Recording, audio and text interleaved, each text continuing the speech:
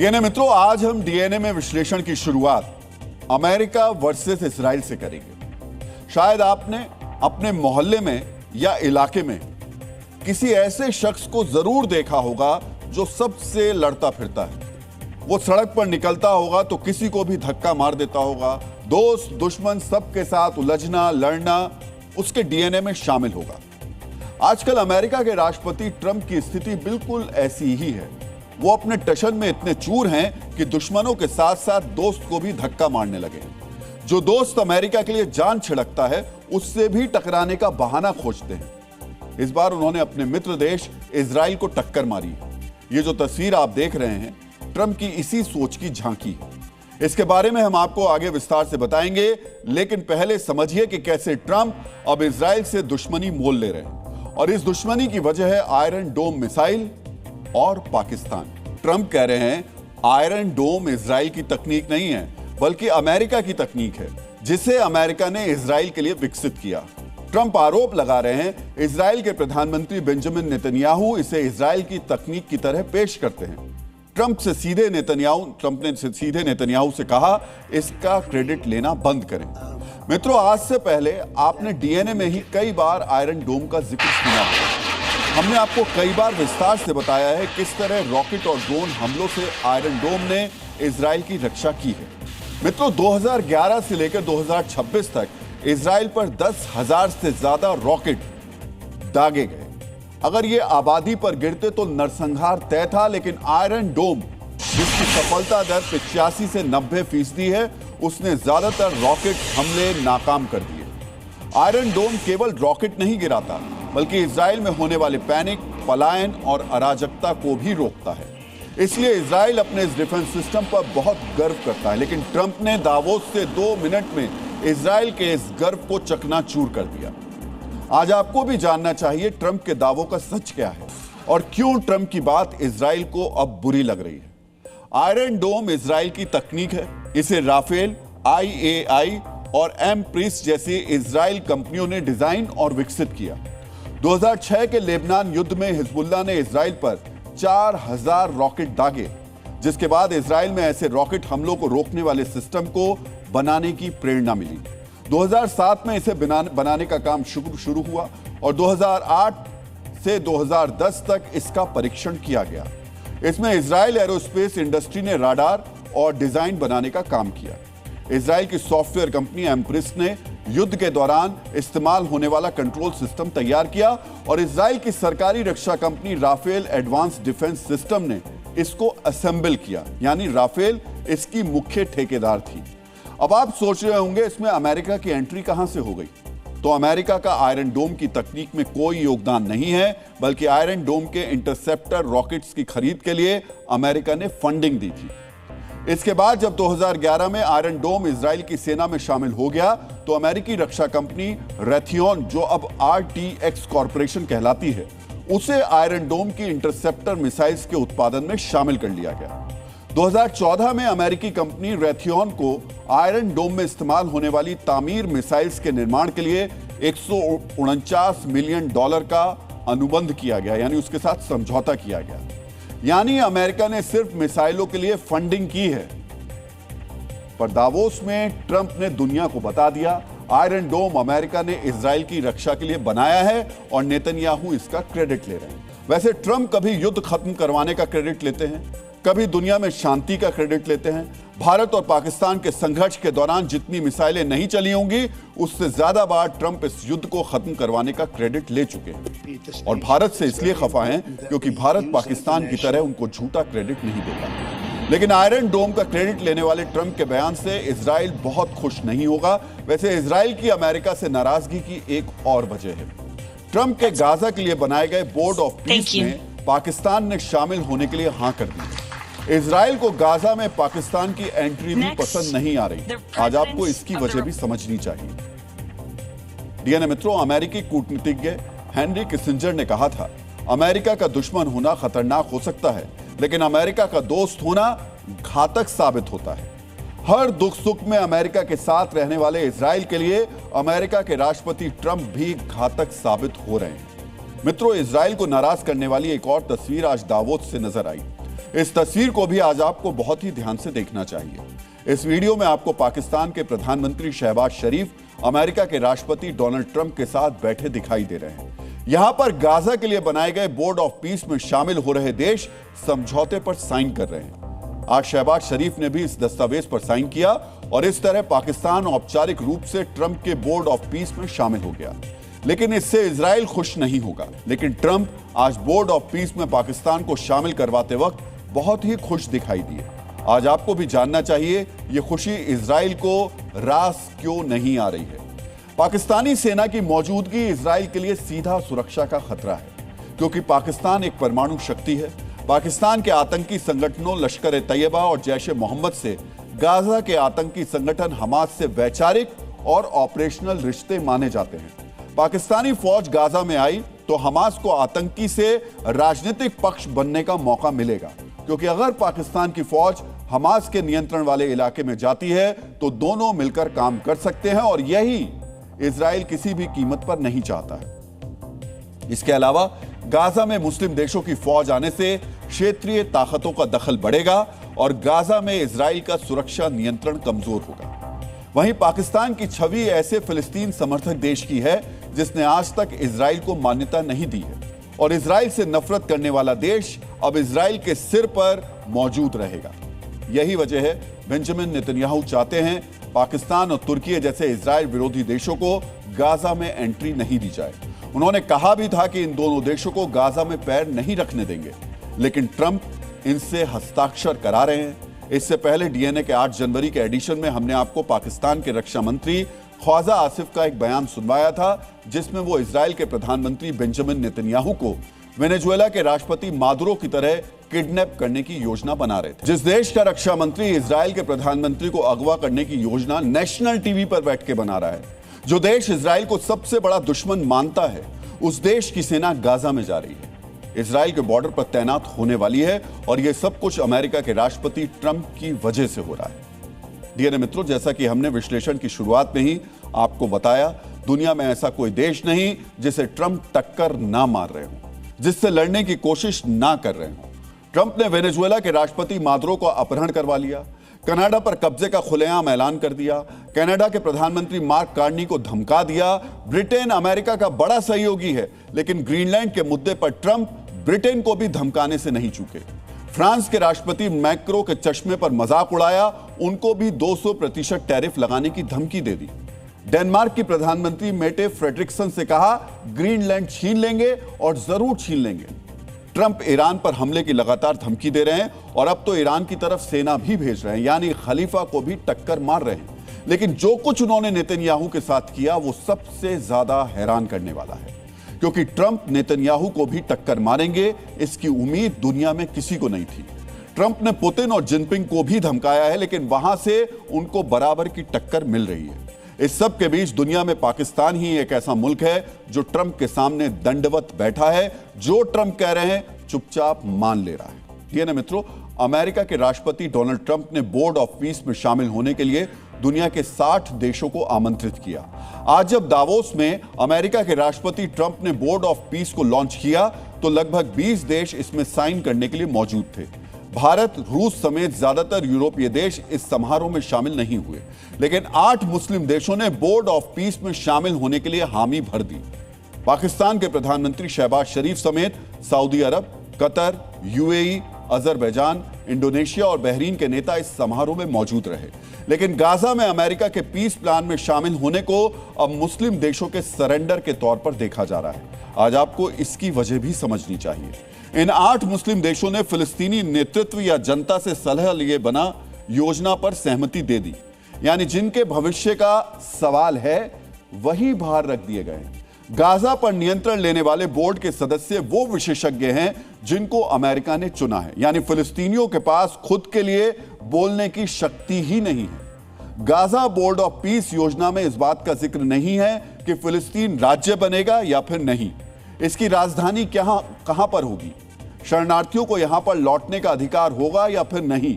इसलिए कहा जा रहा है कि मुस्लिम देश गाजा के राजनीतिक समाधान के बजाय प्रबंधन की योजना में शामिल हुए हैं।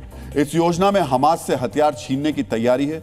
पाकिस्तान जैसे देशों की फौज गाजा में काम करेगी, लेकिन इस योजना में गाजा और वेस्ट बैंक से इजरायली कब्जा हटाने की बात नहीं है, यानी दबाव एक तरफा है। इसके अलावा इजराइल ही तय करेगा कौन गाजा के अंदर जाएगा, कौन बाहर आएगा, कब वहां पर लोगों को मदद दी जाएगी। इसीलिए कहा जा रहा है सत्ता नाम की बदलेगी, हकीकत में बिल्कुल भी नहीं। गाजा में पुनर्निर्माण के लिए अरब और मुस्लिम देश अरबों डॉलर देंगे, लेकिन बॉर्डर कंट्रोल इजराइल के पास ही रहेगा, यानी व्यापार आवाजाही उसी के हाथ में होगी। कुल मिलाकर सच्चाई यह है, इस डील पर साइन करवाकर अमेरिका के राष्ट्रपति डोनाल्ड ट्रंप ने मुस्लिम देशों की मजबूरी का फायदा उठाया है। सऊदी अरब, यूएई और कतर जैसे देश अमेरिका से रिश्ते की वजह से दबाव में हैं। तुर्की पर नेटो के सदस्य होने का दबाव है। वहीं पाकिस्तान आईएमएफ कर्ज और आर्थिक संकट से घिरा हुआ है। यानी इन मुस्लिम देशों के पास हां करने के अलावा कोई और चारा नहीं था, और इसीलिए इसे मुस्लिम देशों का अमेरिका के सामने सरेंडर कहा जा रहा है। हम आपको इससे पहले विस्तार से बता चुके हैं किस तरह ट्रंप गाजा को एक रिवेरा यानी समुद्र के किनारे फैला हुआ खूबसूरत, विकसित और टूरिज्म वाला इलाका बनाना चाहते हैं, और मुस्लिम देशों की मदद और डॉलर से ट्रंप ऐसा कर भी लेंगे। लेकिन ये मुस्लिम देश जिस फिलिस्तीन की लड़ाई 70 साल से लड़ने की बात कर रहे हैं, उसका क्या होगा? गाजा में रह रहे फिलिस्तीनियों का क्या होगा? इस सवाल से अमेरिकी दबाव में समझौता कर लिया गया है, लेकिन इसका जवाब इन मुस्लिम देशों को अपने लोगों को देना होगा। सबसे बुरी हालत पाकिस्तान की होगी, जिसके नेता खुद इस डील में साइन करने के लिए उपस्थित थे। वैसे यह भी बहुत बड़ा मजाक है, दुनिया में आतंक के एक्सपोर्टर मुल्क पाकिस्तान को अमेरिका ने शांति लाने वाले बोर्ड में शामिल किया। इस समझौते पर साइन करने के लिए शहबाज शरीफ अपने बॉस यानी पाकिस्तान की आतंकी सेना के चीफ आसिम मुनीर के साथ दावोस पहुंचे। सोचिए, एक मुल्क के प्रधानमंत्री का बॉस उसकी सेना का प्रमुख है, और शहबाज शरीफ आजकल मुनीर से बिना पूछे कोई काम नहीं करते हैं, और दुनिया के सामने इस बात को स्वीकार करने में भी उनको कोई परेशानी नहीं है। आज बोर्ड ऑफ पीस लॉन्चिंग के समारोह में भी एक शर्मनाक तस्वीर दिखाई दी। शहबाज से बोर्ड ऑफ पीस डील पर साइन करवाते वक्त ट्रंप और शहबाज के बीच बातचीत भी हो रही थी। तभी शहबाज शरीफ सामने कुर्सी की तरफ इशारा करके दिखाई दिए। ट्रंप भी सामने देखकर मुस्कुराने लगे। सामने की कुर्सी पर मुनीर बैठा था, यानी शहबाज शरीफ अमेरिका के राष्ट्रपति को अपने बॉस की जानकारी दे रहे थे। सोचिए, इससे शर्मनाक कुछ हो सकता है, लेकिन पाकिस्तान को ऐसी बेइज्जती से कोई फर्क नहीं पड़ता। इस वक्त किसी भी कीमत पर पाकिस्तान की सरकार ट्रंप का आशीर्वाद पाना चाहती है। वैसे बोर्ड ऑफ पीस पर शहबाज के साइन से ट्रंप तो खुश हो गए, लेकिन पाकिस्तान में शहबाज और मुनीर दोनों को लेने के देने पड़ सकते हैं, क्योंकि पाकिस्तान में इसका विरोध शुरू हो गया है। आज आपको भी पाकिस्तान की आगे कुआं और पीछे खाई वाली स्थिति को समझना चाहिए। गाजा में पाकिस्तानी फौज भेजने से देश के भीतर इस्लामी पार्टियों ने नाराजगी जाहिर करनी शुरू कर दी है। इसे फिलिस्तीन से गद्दारी के रूप में पेश किया जा रहा है। इमरान खान की पार्टी पीटीआई को इससे नया आंदोलन मिल जाएगा। अब इमरान खान के समर्थक नैरेटिव बनाएंगे, आसिम मुनीर अमेरिका और इजराइल के लिए काम कर रहा है। इससे सड़कों पर आंदोलन और ज्यादा मजबूत होगा। अमेरिका और ट्रंप का दबाव भी मुनीर पर काम कर रहा है। अमेरिका चाहता है कि मुस्लिम सेनाएं गाजा में जाएं, ताकि मिशन को इस्लामी वैधता मिल जाए। अगर आगे मुनीर ना कहता है तो आईएमएफ फंडिंग और खाड़ी सपोर्ट खतरे में पड़ जाएगा। इसके अलावा इजराइल भी पाकिस्तान पर भरोसा नहीं करता। पाकिस्तान को तुर्की जैसा खतरा मानता है, इसलिए फौज भेजने पर भी पाकिस्तान को सिर्फ सीमित रोल मिलेगा, लेकिन घर में गुस्सा जो है वो भरपूर मिलेगा। वहीं आसिम मुनीर का फैसला गलत साबित हुआ तो पाकिस्तान पर उसका कमजोर कब्जा हो जाएगा। उसने अपनी सेना की जो रक्षक इस्लाम वाली छवि बनाई है वो टूट जाएगी। वैसे बोर्ड ऑफ पीस का स्थायी सदस्य बनने के लिए ट्रंप ने $1 अरब की फीस भी रखी है। अब पाकिस्तान में इस बात की चर्चा हो रही है, पाकिस्तान ये रकम कहां से लेकर आएगा। पाकिस्तान में कुछ लोग इसके लिए ईएमआई ऑप्शन रखने या आईएमएफ से कर्ज लेने की सलाह दे रहे हैं, और कुछ सऊदी अरब जैसे देशों से $1 अरब की खैरात मिलने का अनुमान लगा रहे हैं, क्योंकि पाकिस्तानी भी जानते हैं जो मुल्क खुद कर्ज लेकर चल रहा है वो गाजा के निर्माण के लिए इतना पैसा कहां से लाएगा। डीएनए मित्रों, गाजा के लिए प्लान ट्रंप ने तैयार कर लिया है, तो दूसरी तरफ गाजा के टेरर वायरस हमास के लिए एक प्लान ट्रंप के दामाद जी यानी जेरेड कुशनर ने भी तैयार किया है। ट्रंप के दामाद का हमास प्लान क्या है, हम इस सवाल को आपके लिए अब डिकोड करेंगे। मित्रों, ट्रंप के दामाद का जो गाजा प्लान है उसमें 3 मुख्य चरण हैं, और ये चरण हमास फ्रेंडली लग रहे हैं। न्यू गाजा विजन नाम के इस प्लान में सबसे पहले हमास से रॉकेट, मिसाइल और ड्रोन जैसे बड़े हथियार लिए जाएंगे। हालांकि हमास के उन आतंकवादियों को छोटे हथियार रखने की अनुमति दी जाएगी जो भावी फिलिस्तीनी पुलिस का हिस्सा बनने पर सहमति जताएंगे। इस प्लान का दूसरा चरण हमास के उन आतंकवादियों पर केंद्रित होगा जो सीधे सरेंडर कर देंगे। इन आतंकवादियों को 2 विकल्प दिए जाएंगे।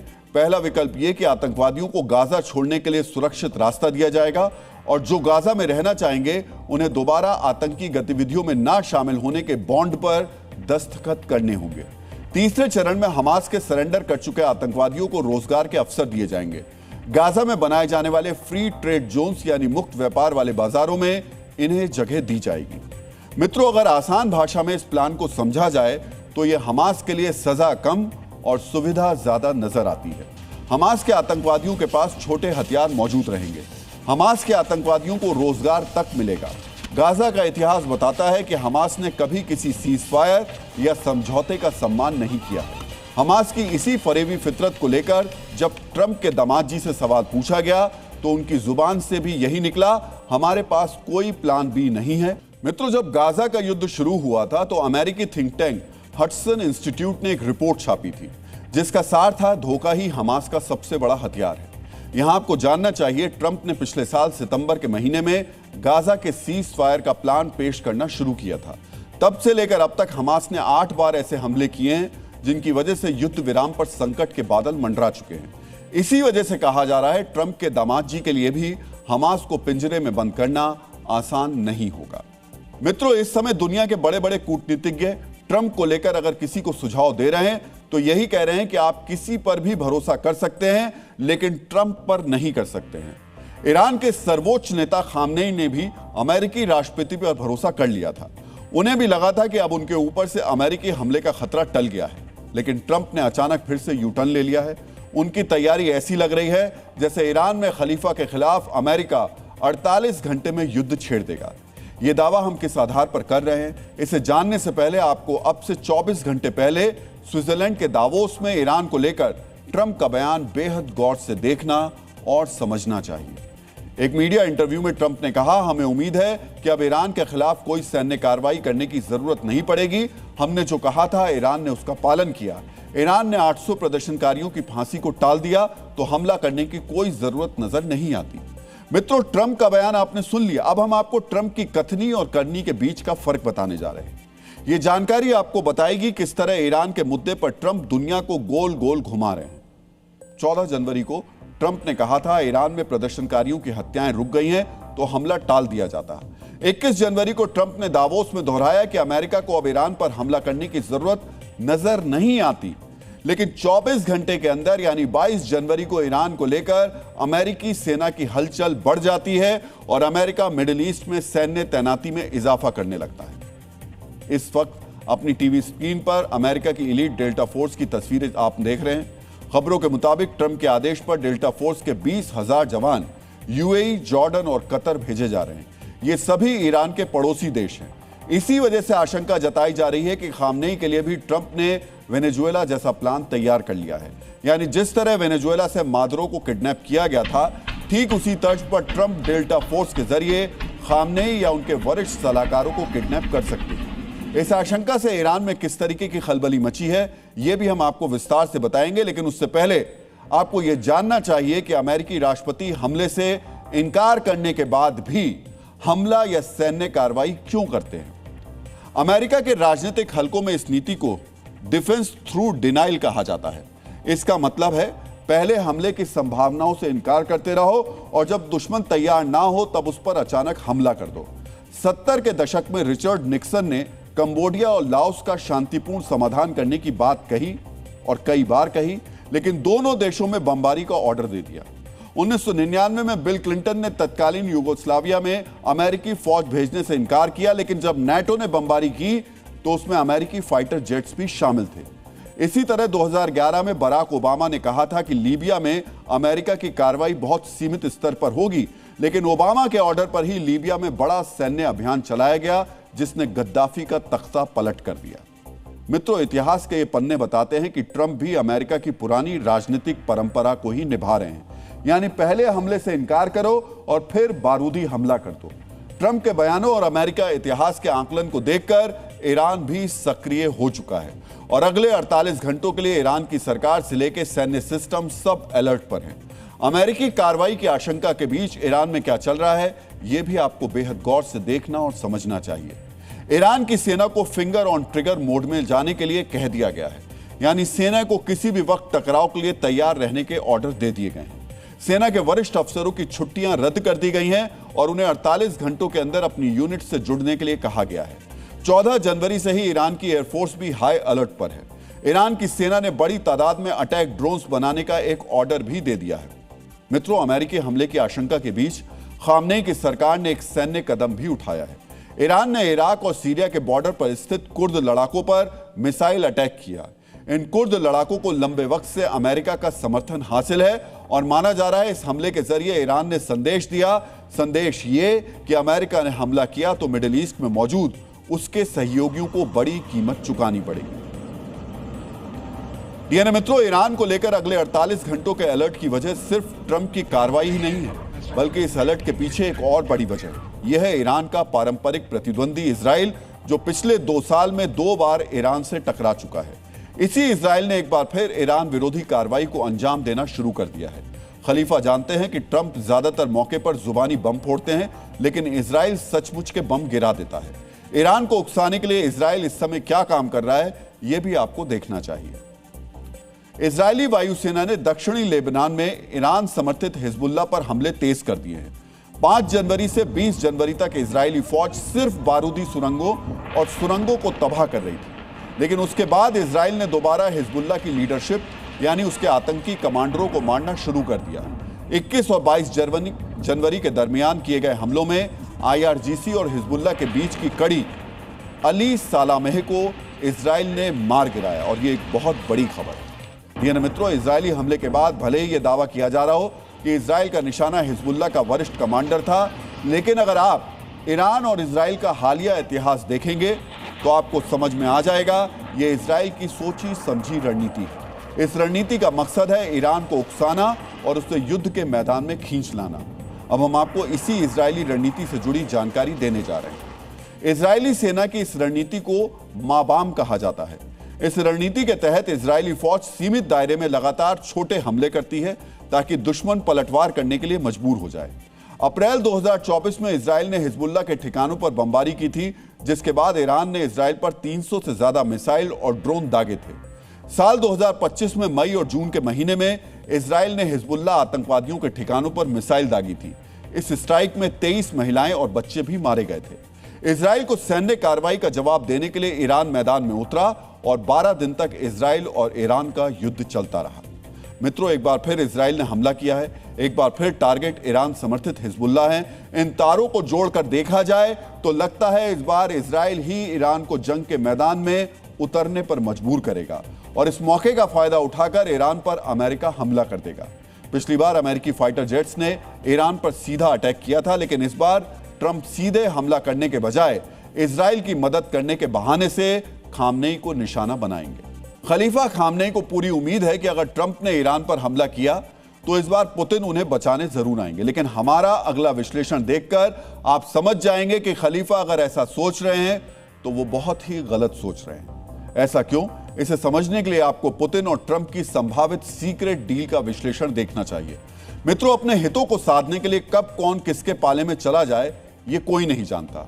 दूसरे विश्व युद्ध में जो अमेरिका और सोवियत यूनियन एक साथ थे, वो देखते ही देखते एक दूसरे के जानी दुश्मन बन गए। लेकिन अब जब परिस्थितियां बदल रही हैं तो एक बार फिर ट्रंप और पुतिन साथ आ रहे हैं। क्यों आ रहे हैं और इसका असर क्या होने वाला है, इस सीक्रेट डील की शर्तें क्या हैं, इसे विस्तार से बताने से पहले आज का बड़ा अपडेट आपके साथ शेयर करना जरूरी है। मित्रों, अपडेट यह है कि कल अमेरिकी राष्ट्रपति ट्रंप और रूस के राष्ट्रपति व्लादिमीर पुतिन की मुलाकात होने वाली है। 160 दिन बाद दोनों नेताओं की यह मुलाकात कहां होगी, इसे लेकर अभी तक कोई जानकारी सामने नहीं आई है, लेकिन यह माना जा रहा है इस मुलाकात में संभावित सीक्रेट डील पर चर्चा हो सकती है। मित्रों, इस सीक्रेट डील के सेंटर हैं 2 भूभाग, एक यूक्रेन जहां पिछले 4 साल से भीषण जंग जारी है और दूसरा है ग्रीनलैंड। माना जा रहा है ट्रंप ने पुतिन से ग्रीनलैंड के मुद्दे पर मदद मांगी है और बदले में पुतिन ने यूक्रेन पर अपने कब्जे वाला हिस्सा यानी पूरा का पूरा डोनबास इलाका मांग लिया है। अब हम आपको आसान भाषा में इस डील के पूरे गुना गणित को समझाने वाले हैं। मित्रों, जिस वक्त पूरा यूरोप ग्रीनलैंड को लेकर ट्रंप के खिलाफ खड़ा है, उस वक्त पुतिन ने ग्रीनलैंड पर एक ऐसा बयान दे दिया जो सीधे सीधे ट्रंप के पक्ष में है। पुतिन ने ग्रीनलैंड के मुद्दे पर क्या समाधान सुझाया, उसे बहुत ही गौर से सुनने की जरूरत है। जहां तक ग्रीनलैंड का सवाल है, उसे लेकर अमेरिका और डेनमार्क के बीच में जो हो रहा है उससे हमें कोई लेना देना नहीं है। मुझे लगता है कि वो उसे आपस में सुलझा लेंगे। 1917 में डेनमार्क ने वर्जिन द्वीप समूह अमेरिका को बेच दिया था। वैसे डेनमार्क ने हमेशा ग्रीनलैंड को एक उपनिवेश की तरह माना है और उसके प्रति काफी कठोर, बल्कि कहें तो क्रूर रवैया अपनाया है। हमने भी अमेरिका के साथ ऐसे विवाद को पहले सुलझाया है। जहां तक मुझे याद है 1817 में रूस ने अमेरिका को अलास्का बेचा था। जहां तक मुझे याद है अलास्का का क्षेत्रफल 1.71 मिलियन स्क्वायर किलोमीटर से थोड़ा ज्यादा है। अमेरिका ने $7.2 मिलियन में अलास्का को खरीदा था। अभी के हिसाब से यह आंकड़ा 158 मिलियन के आसपास आएगा। अगर ग्रीनलैंड को देखें तो उसका क्षेत्रफल 2.16 मिलियन स्क्वायर किलोमीटर है, यानी 4.5 लाख स्क्वायर किलोमीटर का अंतर है। इस हिसाब से ग्रीनलैंड की कीमत 200 से 250 मिलियन होगी। मित्रों, पुतिन के इस बयान का सीधा सीधा मतलब ये निकलता है कि जिस तरह से 1917 में डेनमार्क ने वर्जिन आइलैंड अमेरिका को बेचा, उसी तरीके की डील वो ग्रीनलैंड को लेकर भी कर ले। पुतिन ने तो ग्रीनलैंड की कीमत तक तय कर दी। कुल मिलाकर पुतिन वही कह रहे हैं जो ट्रंप चाहते हैं। पुतिन के इसी बयान की वजह से यह माना जा रहा है कि ट्रंप और उनके बीच कोई सीक्रेट डील हुई है और बीते कुछ दिनों से सोशल मीडिया पर भी इसकी खूब चर्चा चल रही है। मित्रों, एक तरफ पुतिन ग्रीनलैंड के मुद्दे पर ट्रंप का सांकेतिक समर्थन कर रहे हैं, तो वहीं ट्रंप भी दावोस में यूक्रेन युद्ध को लेकर ऐसा बयान दे रहे हैं जो पुतिन के नैरेटिव को सूट करता है। मित्रों, बीते कुछ वक्त में अगर ट्रंप के बयानों पर गौर करेंगे तो ये पाएंगे कि रूस को लेकर ट्रंप के तेवर काफी नरम पड़ गए हैं। जब भी पुतिन पर सवाल किया जाता है तो ट्रंप उनके लिए सम्मानजनक संबोधन का ही इस्तेमाल करते हैं। यही वजह है कि अब सवाल उठने लगे हैं, क्या दोनों के बीच सीक्रेट डील हो गई है? क्योंकि ऐसी किसी डील को लेकर 3 संभावनाएं सामने आ रही हैं। संभावना नंबर 1, ट्रंप पुतिन को यूक्रेन में फ्री हैंड दे देते हैं, मतलब रूस यूक्रेन के कुछ हिस्सों पर कब्जा रखे और बदले में पुतिन ट्रंप को ग्रीनलैंड पर दबाव बनाने में मदद करे। दूसरी संभावना यह कि इधर ट्रंप सीजफायर के नाम पर यूक्रेन को अमेरिकी सैन्य मदद कम करें और उधर रूस आर्कटिक में अपनी मिलिट्री एक्टिविटी बढ़ाकर डेनमार्क को डराए ताकि वो ग्रीनलैंड बेचने को मजबूर हो जाए। और संभावना नंबर 3 ये हो सकती है कि एक तरफ ट्रंप रूस से सैंक्शन यानी प्रतिबंध हटा दें, यूक्रेन को नेटो की सदस्यता से दूर रखें और बदले में पुतिन जिनपिंग को ग्रीनलैंड के मुद्दे से दूर रखें। मित्रों, ट्रंप पुतिन की सीक्रेट डील की संभावना के प्रबल होने की एक वजह और है। इसी महीने ट्रंप के खास दूत स्टीव विटकॉफ और ट्रंप के दामाद मॉस्को में पुतिन से मुलाकात करने वाले हैं। कहने को तो यह मीटिंग रूस यूक्रेन युद्ध को रुकवाने के लिए है, लेकिन माना यह भी जा रहा है कहीं ये दोनों नेताओं के बीच डील के लिए तो नहीं है। मित्रों, फिलहाल तो ग्लोबल पॉलिटिक्स को समझने वाले विद्वान इसे सिर्फ एक संभावना मान रहे हैं, लेकिन अगर यह संभव हो गया तो दुनिया के लिए कितना खतरनाक साबित होगा, आपको यह भी समझने की जरूरत है। डीएनए मित्रों, अगर अमेरिका और रूस छोटे देशों पर प्रभाव बनाकर विस्तारवाद की नीति अपनाने लग गए तो दुनिया में 80 साल पुराना दौर फिर से शुरू हो जाएगा। दूसरे विश्व युद्ध के बाद मजबूत देशों ने एक नीति अपनाई, स्फीयर ऑफ इन्फ्लुएंस, यानी हर देश को दुनिया के एक हिस्से पर प्रभाव प्राप्त हुआ है। दूसरे विश्व युद्ध के बाद 1945 में क्रीमिया के याल्टा शहर में एक कॉन्फ्रेंस हुई, जिसमें उस समय के अमेरिकी राष्ट्रपति फ्रैंकलिन रूजवेल्ट, ब्रिटेन के प्रधानमंत्री विंस्टन चर्चिल और सोवियत संघ के प्रधानमंत्री जोसेफ स्टालिन ने मिलकर विश्व युद्ध के बाद की दुनिया का मैप बनाया। इसके तहत सोवियत संघ को पूर्वी यूरोप में प्रभुत्व मिला, अमेरिका का कंट्रोल पश्चिमी यूरोप और पैसिफिक पर बना, जबकि यूरोप के बचे हुए हिस्से पर ब्रिटेन और फ्रांस का प्रभाव रहा। यह विस्तारवाद की सबसे बड़ी मिसाल थी।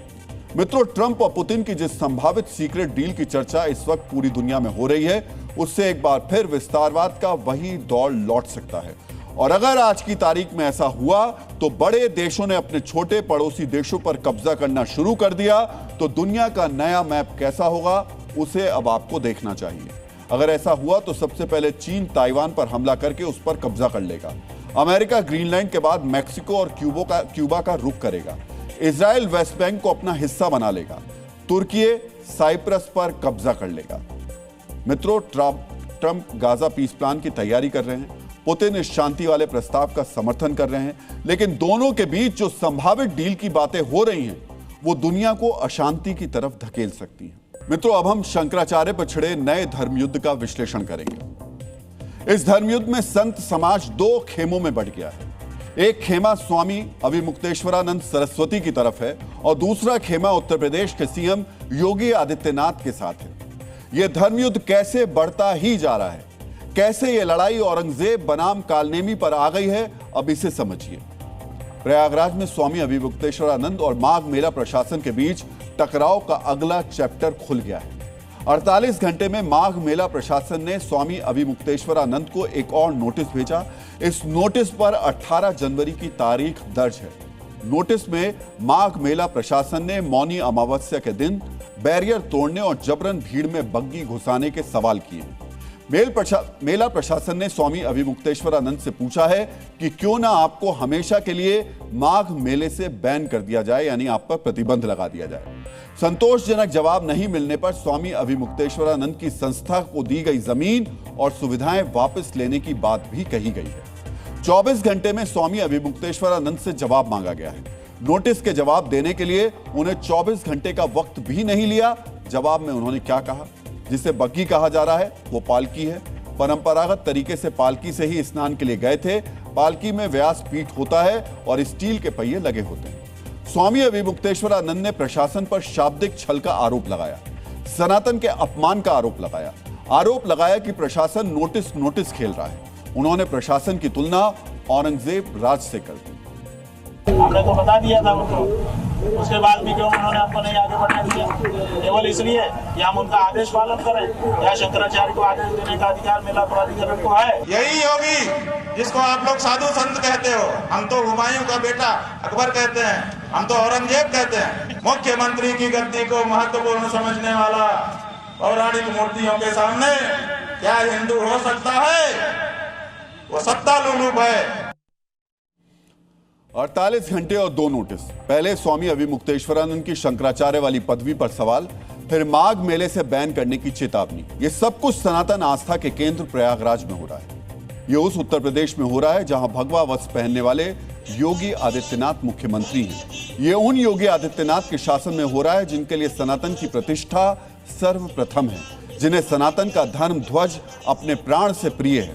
फिर उत्तर प्रदेश सनातन की प्रतिष्ठा को धूमिल करने वाला अप्रिय विवाद क्यों बन गया है? क्यों इस विवाद में औरंगजेब का जिक्र आ गया है? क्या इस विवाद के पीछे कोई साजिश है? हम विस्तार से इसका विश्लेषण करेंगे, लेकिन पहले बात संतों के आक्रोश की। मित्रों, स्वामी विवेकानंद ने कहा है, जो धर्म सहिष्णुता सिखाता है वही जब आवश्यकता पड़ने पर अपनी रक्षा के लिए खड़ा होता है, तभी वो सच्चा धर्म है। कमजोर बनकर अधर्म के सामने झुकना पाप है। स्वामी अभिमुक्तेश्वरानंद को मिले नोटिस पर संतों के सामूहिक आक्रोश को शाब्दिक आकार दिया पुरी पीठाधीश्वर शंकराचार्य स्वामी निश्चलानंद सरस्वती जी ने। सनातन के शीर्ष धार्मिक नेता ने किन शब्दों में अपने आक्रोश को बयान किया, आपको वो ध्यान से सुनना चाहिए। भयंकर युद्ध को ये सब काफी शक्ति होनी। हमारा खून जब तक नहीं खोला है तब तक ये सब सुरक्षित है। भयंकर युद्ध को ये सब काफी शक्ति होनी। हमारा खून जब तक नहीं खोला है तब तक ये सब सुरक्षित है। विद्वानों ने कहा है कि संत का क्रोध और जलती हुई आग दोनों अलग हैं। आग जलाती है, लेकिन संत का क्रोध केवल पापों को जलाता है, जीव को नहीं।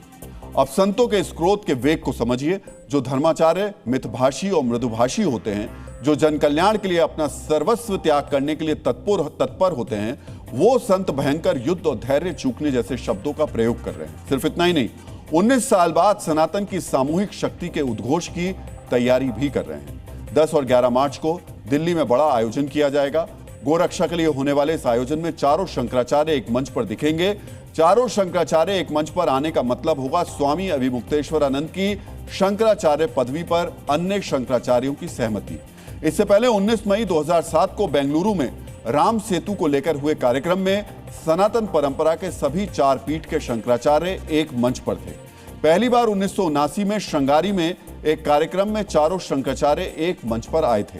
स्वामी अभिमुक्तेश्वरानंद लगातार गोरक्षा का मुद्दा उठा रहे हैं। शंकराचार्य स्वामी निश्चलानंद जी ने गोरक्षा के लिए सिंहासन और छत्र का त्याग किया है। अब गोरक्षा के मुद्दे पर एकजुट होकर संत समाज स्वामी अभिमुक्तेश्वरानंद की शंकराचार्य की पदवी पर उठ रहे सवालों को शांत करेगा और सनातन की एकजुटता को नए सिरे से परिभाषित करेगा। मित्रों, सनातन परंपरा में कहा जाता है कि धर्मस्य मूलम छल रहितम हृदयम, अर्थात धर्म का मूल छल रहित हृदय है। ऐसे छल रहित हृदय वाले संत आक्रोशित हैं और सवाल किस पर उठा रहे हैं? सनातन के लिए समर्पित, सनातन को सब कुछ मानने वाले योगी आदित्यनाथ पर। संतों के इस आक्रोश में सियासी घुसपैठ भी हो रही है।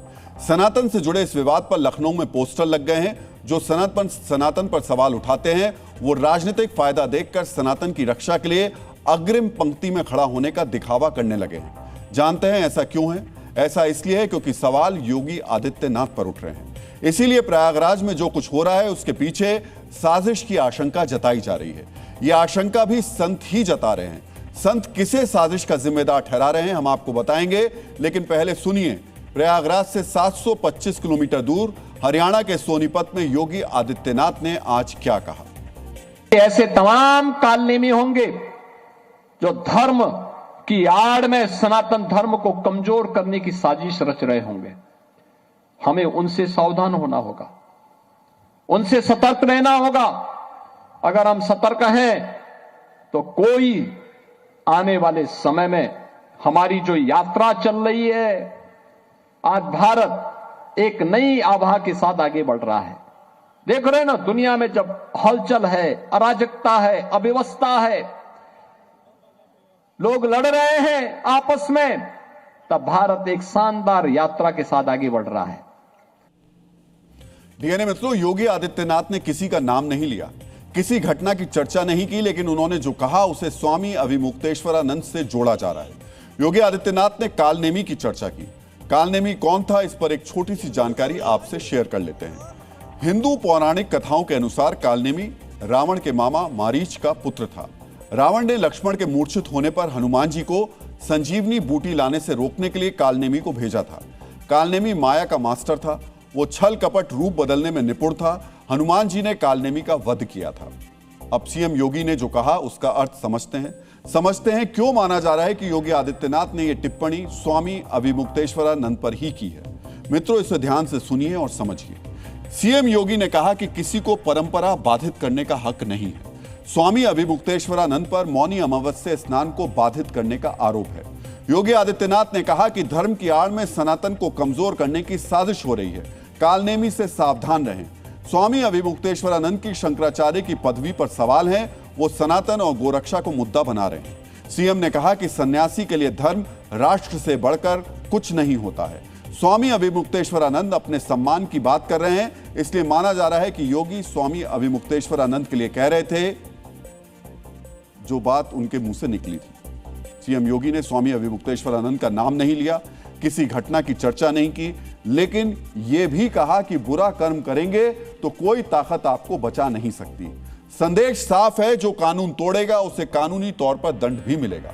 मित्रों, ध्यान दीजिएगा, योगी आदित्यनाथ ने नाम नहीं लिया, लेकिन संत समाज का एक वर्ग खुलकर स्वामी अभिमुक्तेश्वरानंद के खिलाफ कानूनी कार्रवाई की मांग कर रहा है। कानून व्यवस्था को ध्वस्त करने के लिए पुल नंबर 2 का बैरिकेड तोड़ने से लेकर के सभी प्रकार की गतिविधियां, और ये तो पुराना हथकंडा है कि नोटिस में उठाए गए प्रश्नों का जवाब दीजिए। ये कहिए कि नोटिस दे दिया तो मेरी मानहानि हो गई। लेकिन गुरुजी वो कह रहे हैं कि शंकराचार्य का अपमान हुआ और इसमें 100 करोड़ जो सनातनी है उनका भी अपमान है। अरे शंकराचार्य है कहाँ? शंकराचार्य का अपमान तो तब हुआ था जब कांची के शंकराचार्य दीपावली की पूर्व संध्या पर गिरफ्तार कर लिए गए थे। मौनी अमावस्या पर स्नान से शुरू हुआ विवाद अब संत समाज में विभाजन का आधार बन गया है। दोनों तरफ आक्रोश बराबर है। इस विभाजन की वजह भी समझिए। योगी आदित्यनाथ के नेतृत्व में उत्तर प्रदेश सनातनी आस्था का केंद्र बना है। रामलला अयोध्या के भव्य राम मंदिर में विराजमान है। कुंभ का सफल आयोजन हुआ, अब माघ मेले का आयोजन हो रहा है। हर आयोजन भव्य और सनातन धर्मियों का मस्तक गर्व से ऊंचा करने वाला है। ऐसे मुख्यमंत्री पर सवाल उठाना, औरंगजेब से तुलना करने वाले बयान ने उन संतों को आक्रोशित कर दिया है जो यूपी में सनातनी विरासत के संरक्षण और महिमा मंडन के साक्षी हैं। योगी जी का अपमान बर्दाश्त नहीं करेगा हिंदुस्तान। योगी जी के खिलाफ साजिश करने वाले या कोई भी ऐसे व्यक्ति हों, साजिशों से कुछ नहीं होना है। उन्होंने कहा है कि योगी मोदी सावधान, ये भयंकर युद्ध को आमंत्रण है। सनातन को टारगेट कर रहा है खत्म करने के लिए। मित्रों, आक्रोशित वो संत भी हैं जो स्वामी अविमुक्तेश्वरानंद पर उठ रहे सवालों से आहत हैं। आक्रोशित वो संत भी हैं जो योगी आदित्यनाथ की सनातन हितैषी सरकार पर उठ रहे सवाल से नाराज हैं। ये धर्माचार्यों का विभाजन है, ये सनातन के लिए हानिकारक है। गोस्वामी तुलसीदास लिखित रामचरितमानस के सुंदरकांड में भगवान श्री राम कहते हैं कि निर्मल मंजन सो मोहि पावा, मोहि कपट छल छित्र न भावा। अर्थात निर्मल मन वाला ही मुझे पाता है, मुझे कपट छल और दिखावा पसंद नहीं है। यही सनातन का आदर्श है। सनातन के ध्वजवाहक साधु संतों को चाहिए कि वो निर्मल मन से आपस में चर्चा कर इस अप्रिय विवाद को विराम दें, सनातन हित में विवाद का हल तलाशें और इसे सनातन विरोधी राजनीति का हथियार नहीं बनने दें। डीएनए मित्रों, इस धर्मयुद्ध में नई बात यह है कि योगी के डिप्टी और यूपी के उप मुख्यमंत्री केशव प्रसाद मौर्य का भी इस मुद्दे पर बयान आया है। केशव प्रसाद मौर्य ने स्वामी अविमुक्तेश्वरानंद सरस्वती से विवाद खत्म करने की अपील की है। साथ ही यह भी कहा है कि जिन लोगों ने उनका अनादर किया है उन पर कार्रवाई होगी। पूज्य शंकराचार्य जी के चरणों में प्रणाम करते हैं, प्रार्थना करते हैं, स्नान करें। सर, उनका आरोप है कि मतलब हमको निशाना बना करके नहीं, जिन लोगों ने भी किया है उसकी जांच करके, जो भी किसी भी पूज्य संत आचार्य को, शंकराचार्य जी को, किसी भी संत का भी अनादर हमारे यहाँ करने का वो नहीं है। अगर कोई ऐसा किया होगा जांच करके कार्रवाई करेंगे, लेकिन उनके जो भी ऐसा किया है उसकी जांच करके कार्रवाई करेंगे। संतों के बीच चल रहे विवाद का हल जितनी जल्दी निकलेगा उतना ही सनातन के हित में होगा, क्योंकि संतों के आपसी विवाद से सनातन धर्मियों को आघात पहुंच रहा है। मित्रों, आज एक और धार्मिक विवाद का सुप्रीम कोर्ट ने समाधान दिया। शांति व्यवस्था और धार्मिक आस्था के सम्मान के लिए सुप्रीम कोर्ट ने जो आदेश दिया, अब हम उसी की चर्चा करेंगे। मध्य प्रदेश के धार भोजशाला में 23 जनवरी यानी बसंत पंचमी पर मां सरस्वती की पूजा और नमाज को लेकर सुप्रीम कोर्ट ने आज व्यवस्था दी। कोर्ट ने कहा कि हिंदू पक्ष को सूर्योदय से सूर्यास्त तक भगवा देवी की पूजा की पूरी छूट होगी। मुस्लिम पक्ष को दोपहर 1 से 3 बजे तक जुमे की नमाज अता करने की अनुमति होगी। कोर्ट ने प्रशासन को दोनों पक्षों के लिए अलग अलग जगह तय करने और विशेष पास की व्यवस्था करने के भी निर्देश दिए। 23 जनवरी को भोजशाला में हिंदू और मुस्लिम दोनों ही पक्ष आराधना करेंगे। यह बेहद संवेदनशील विषय है। सोचिए, जब दोनों पक्ष एक साथ भोजशाला में होंगे तो एक छोटी सी चूक बड़े विवाद की वजह बन सकती है। इसलिए प्रशासन चौकन्ना है। भोजशाला में सुरक्षा के चाक चौबंद इंतजाम किए जा रहे हैं। इंतजाम ऐसे हैं जैसे बॉर्डर पर होते हैं। सुरक्षा के लिए 8000 से ज्यादा जवान तैनात किए गए हैं। पुलिस अधीक्षक स्तर के 13 और अतिरिक्त पुलिस अधीक्षक स्तर के 25 अधिकारियों को तैनात किया गया है। रैपिड एक्शन फोर्स की 8 प्लाटून धार में मुस्तैद हैं। क्विक एक्शन के 8 वज्र वाहन भी वहां पर तैनात किए गए हैं। आसपास की सभी हाई राइज बिल्डिंग्स को पुलिस ने अपने कब्जे में ले लिया है। आसमान से भी नजर रखी जा रही है। भोजशाला क्षेत्र में 300 मीटर के दायरे में नो फ्लाई जोन घोषित कर दिया गया है। ऐसी सुरक्षा व्यवस्था तो आमतौर पर सभी संवेदनशील जगहों पर होती है, लेकिन इस बार धार में ऐसा कुछ हुआ जो अलग है। मित्रों, बहुत ही ध्यान से सुनिएगा। धार में सुरक्षा के लिए LMG यानी लाइट मशीन गन के साथ जवानों को तैनात किया गया। जी हां, वही LMG जो बॉर्डर पर तैनात जवानों के हाथ में होती है। यानी बॉर्डर पर जो हथियार सुरक्षा बलों के पास होता है, वही हथियार धार में तैनात किया गया है। LMG यानी लाइट मशीन गन के हाथों में होगी। ये आपको जवान देख लीजिए, वाहन पर ये LMG जो सबसे मारक क्षमता वाला वेपन्स होता है, उसके साथ ये लैस जवान नजर आ रहा है। ये दूर से ही जो गड़बड़ करता है, कानून से खिलवाड़ करता है, उसको पलक झपकते दबोचने का ये दम रखता है ये LMG लाइट मशीन गन। आप समझिए कि धार में कितनी उच्च दर्जे की सुरक्षा है और यहां कैसे खतरे का अंदेशा प्रशासन को है। मित्रों, जिस लाइट मशीन गन को धार में तैनात किया गया है उसकी खासियत भी आपको बता देते हैं। धार में तैनात की गई LMG की मारक क्षमता 1 किलोमीटर है, यानी 1 किलोमीटर दूर से ही टारगेट को मार गिराया जा सकता है। हाईटेक लाइट मशीन गन का फायर रेट 600 से 1000 राउंड प्रति मिनट है, यानी यह विध्वंसक हथियार 1 सेकंड में 16 गोलियां दाग सकता है। जैसा कि हमने बताया, धार में जो लाइट मशीन गन तैनात की गई है उसका इस्तेमाल भारतीय सेना आमतौर पर बॉर्डर पर करती है। इससे मुख्य रूप से इन्फेंट्री सपोर्ट के लिए प्रयोग किया जाता है। LOC पर LMG का इस्तेमाल पाकिस्तानी घुसपैठ या फायरिंग के लिए होता है।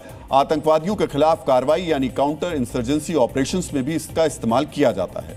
सेना के काफिलों की सुरक्षा, बेस कैंप्स और चेक पोस्ट्स पर भी LMG का इस्तेमाल किया जाता है। सिर्फ जमीनी नहीं, आसमानी घुसपैठ को रोकने के लिए भी लाइट मशीन गन का इस्तेमाल होता है।